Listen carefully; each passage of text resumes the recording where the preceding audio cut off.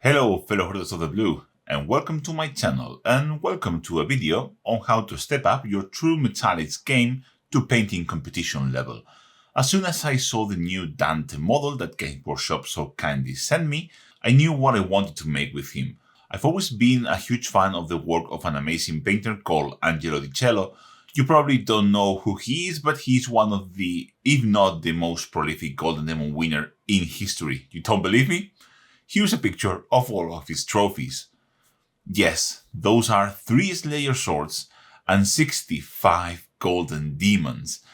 It's nuts. His style is very particular, like a heavy metal style turned up to 11, but one of the most recognizable characteristics is his amazing True Metallics, probably the best True Metallics I've ever seen, and this is what I wanted to try and copy, his very particular True Metallics, so I guess this is now a copy in the Masters episode.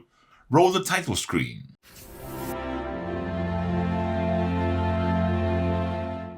If you want to see more of Angelo's style, I will leave a link to his Instagram down below.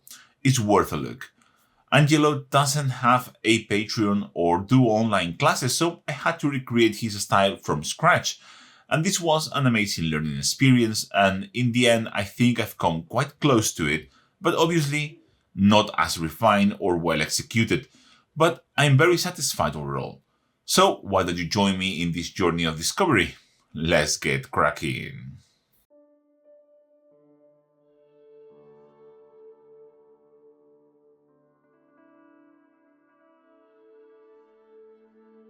As you can see, we're starting from a base coat of a 1-to-1 mix of decayed metal and retributor armor. And our first highlight is going to be a 1-to-1 mix of retributor armor and Vallejo metal color gold. And I'm going to apply this following a NMM pattern. The first thing I'm going to do is basically block in my highlights. If you want more detail on how to or where to put your highlights with NMM, I suggest you check one of my NMM videos. I have a full playlist of them. But I'm going to more or less follow the 4 highlight points method. As you can see, I am just roughing in these highlights. Not really going to bother with blending at this point. I will do that all at once. But now I just want to basically nail down my highlight patterns so that they look good. In essence, we're just imagining 4 sources of light, 1 on each corner of the model, and painting what those 4 sources of light would do to the surfaces. I will avoid the places where the armor is facing downwards because I want to do them in a different color. So here I'm just concentrating into the upward facing areas. With those highlights now sketched, it's time to blend them in, and for this you can do several things. Metallic paints can be very difficult to blend, so I will show you a couple of methods. First of all, I'm going back into my initial mix of 1 part decayed metal and 1 part retributor armor, and I'm filling this down into a sort of a heavy glaze consistency. You can see it here, very thin, and I'm going to glaze this across the hard edge of the sketch. As you can see, I am moving my brush from the highlight and into the mid-tone. That way, more paint will be deposited there and the blending will be smoother.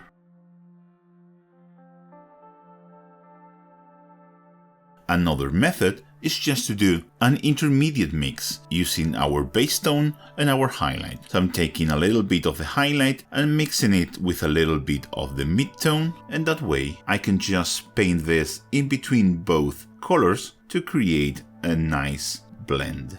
Whichever method works best for you, that's the one you should use. With our initial highlight perfectly blended, well, perfectly, as good as I am willing to do, I'm going to push the highlights a little bit further, this time using Peridot Alchemy from scale 75. And this paint is a little bit transparent, which is going to help us. And what I'm going to do is basically reinforce our highlights here. And also starting to do a little bit of edge highlighting. This is the consistency. I haven't thinned it down too much because, well, paint is transparent enough on its own that I don't need to overly thin it to get some nice blends. This will be quite a subtle color, but the difference is going to be there. I'm going with a greenish tint because I want my gold to not be comically yellow. I want a bit more a realistic look, and this is the perfect color for that. It's going to desaturate but still maintain quite an intense highlight because it has quite a bit of yellow in it, but in a different form. With that highlight done, I'm going to move into the next one, and this will be a mix of Peridot Alchemy and Vallejo Modeler Silver. And the process is exactly the same, taking the smaller areas. Consistency again, pretty thick this time because we can go more aggressive with the final highlights and concentrate on this towards the very highest highlights and reflection points. I really like Modeler Silver. It's just a magnificent color for edge highlighting, and just adding a little bit of that Peridot Alchemy, it just blends so well with what we already have here. If you ever have problems edge highlighting metallics, just try Modeler Silver. It's incredible the difference it makes, even when mixed with other colors. It's one of the best metallic paints ever made. You might think that we are done with the highlighting, but you are wrong, because we need to finish with the highest highlight possible, and for metallics that is a speed metal from scale 75, so I'm going to treat this as my pure white in my NMM. I'm going to be very sparse with this, just some touches on the brightest highlight points. If you don't have this, you can always mix a little bit of white into your silver. That will also work very well. But I do have it and I really like it, so I'm going to use it.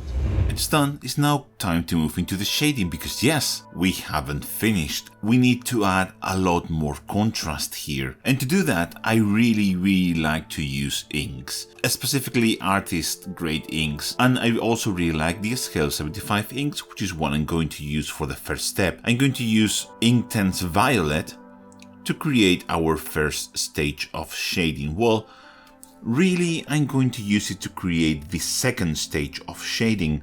I'm going to use this as a recess shade, so it's going to be our most intense shadow essentially. And I'm also going to thin it down into a glaze consistency and glaze some shadows also. Not very much, just a little bit.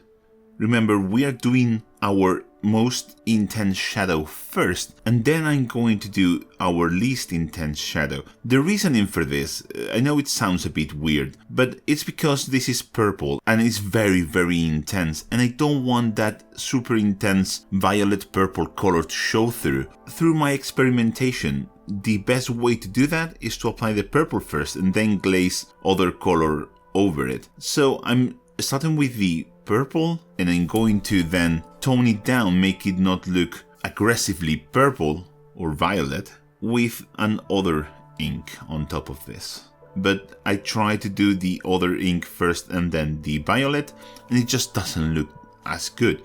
So this is my method. With that initial stage of shading done, I'm going to move into the next one, and this is Liquitex Burned Amber ink. It's a lovely, beautiful, warm brown color, and it's relatively thin, so we don't really need to thin it down very much. It's a fantastic product. And what I would do is just glaze over the whole midtones and shadows to reduce, as I said, the extremely aggressive purple color of the violet ink, which is lovely to create intense shadows that have a lot of life into them, but no so much creating a very realistic looking shading. So we will still benefit from that intensity, but reducing the purpleness a little bit. Also, I'm probably going to cover more area than I did with the purple to increase the contrast even more. I will probably avoid some of the areas just so I can have a little bit of the purple showing here and there to have a little bit more interest and a little bit more color variation.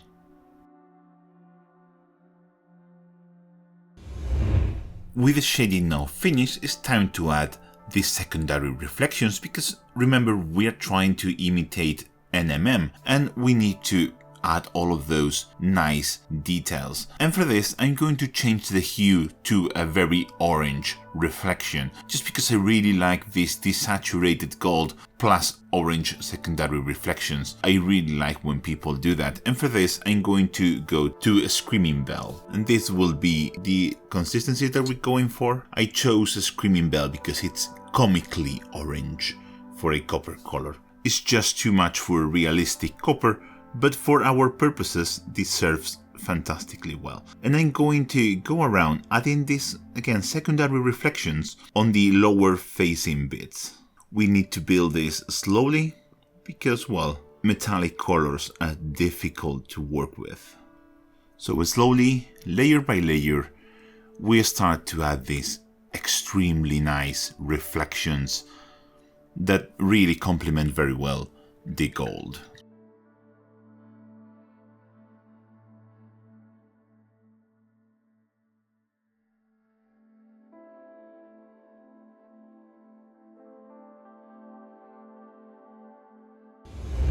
And now we are going to highlight those reflections, and for that I'm going to use fulgurite copper.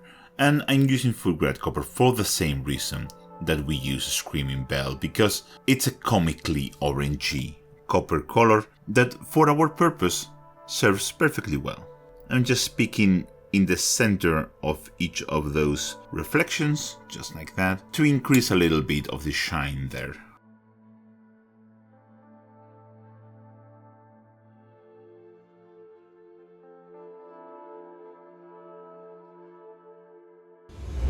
And now for the final highlight on the gold armor, I'm going to use a mix of 1 part fulgurite copper and 1 part Vallejo modular silver. And again, I'm just going to keep on highlighting these secondary reflections.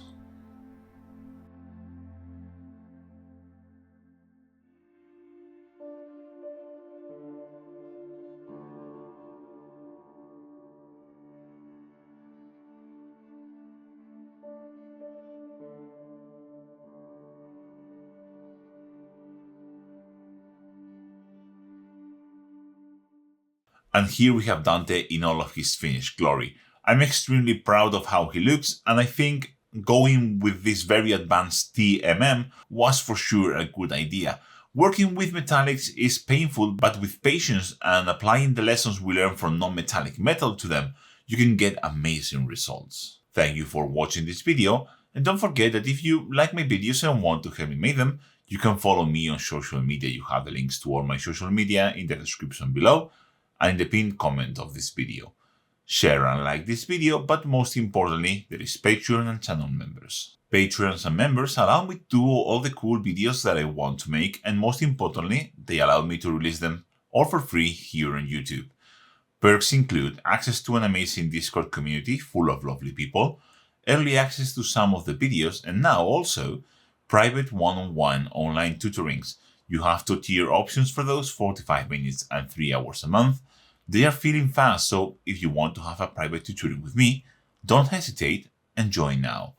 Help me and my family enjoy the list of the coolest persons in the planet, including Chiaroscuris, Giovanni Constanza, Flo, Janner, Mark Velekup, Will Ewig, Terry Denham, Robert Smith, Tyrannosaur, Heather Amster, Thomas, Stefan Franiati, Howard Hotville, Chris Gothenthal, Carlos Rivera, Thomas Ustergaard, Javi Mota, Christoph Moret, Bartolomeu Cahuza, Victor Domen, Nicolas Furnell, Felix Franke, Brendan Smith, Alfredo Phillips, Tim Uchida, Stephanie Oll, Nick DeMao, David Sutherland, Royal Nilsson, Oscar Jonathan Tomberg, Dan Mako, Cristalios, Jamie Milligan, Kevin Mian, Darcy Farrar, Chris Fivey, Samuel, Natius Maximus, Aaron Dell, Gareth Smith, Mark Jarvis, Joe Simpson, Charles Armitage, G-Force, Dr. B, Renald Lindemann, Kieran Muthel, and Kevin Sulas. And as for me, I'll catch you in the next one. Bye.